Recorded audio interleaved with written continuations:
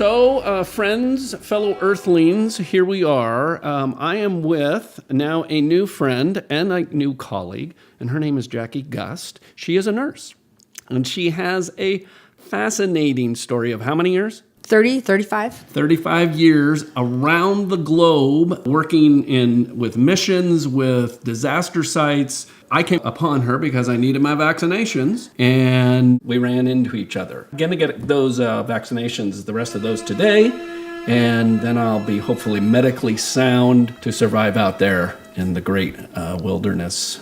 So thanks for being here. You're welcome. Thanks you. For doing Thanks, this. Mark. You're most welcome. How many missions have you done now in this type of thing, would you say? I have probably been on more than 60 international missions. Many of those are into the same country. I have gone back. For instance, Honduras. I've been in Honduras maybe a couple dozen times. Floating rivers, doing medical care for the indigenous Indians after Hurricane Mitch, and working in the villages.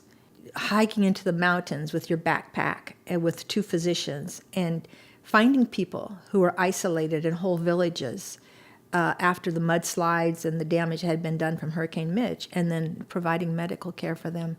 Amazing experiences. If I can switch to the notion of world travel, what would you say? You've been all across the globe. You've seen others who have obviously been on your missions. You probably have run into travelers who weren't necessarily connected with your missions. But what does world travel do to the human being? Well, Mark, I think that there's a lot to be said for visiting other parts of the world. This is a beautiful world, and we live in a beautiful place here in the Northwest.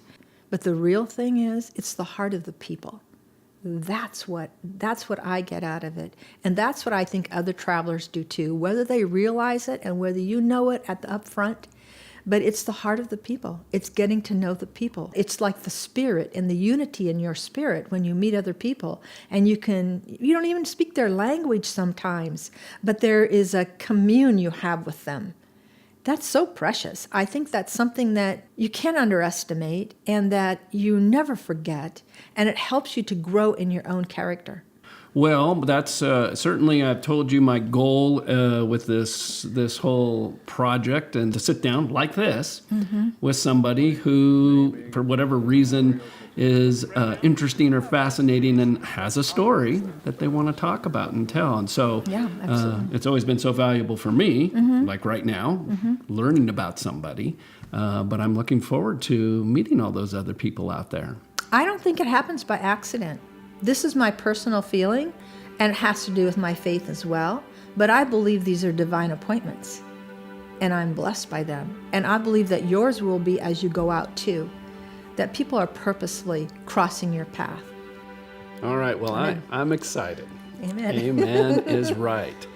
Well, thank you. You're welcome. Very, very much. It's been my pleasure. For everything, You're and especially this and sharing of your stories. So, Nurse Jackie Gust, what a great moment of inspiration for me to have somebody with the experience and the wisdom to set me off on my journey. And Amen. And I'll Thank you, Mark. Yeah, and I'll certainly, hopefully, not have to contact you too soon. You're always welcome. But it's nice to know that safety line is there too. So yes. All indeed. right. Okay. Thanks, Mark. Thank you. Yeah. The moment of truth. We got your second Hep B coming on board right now. Hey, Yeah. come on, dear. Oh, yeah. yeah. Oh, yeah. Okay. Put your hand on this fella. Now, we'll take it right on the heels. Here comes tetanus. Relax that arm. Relax that arm. Pinch. Done. That wasn't too bad. No.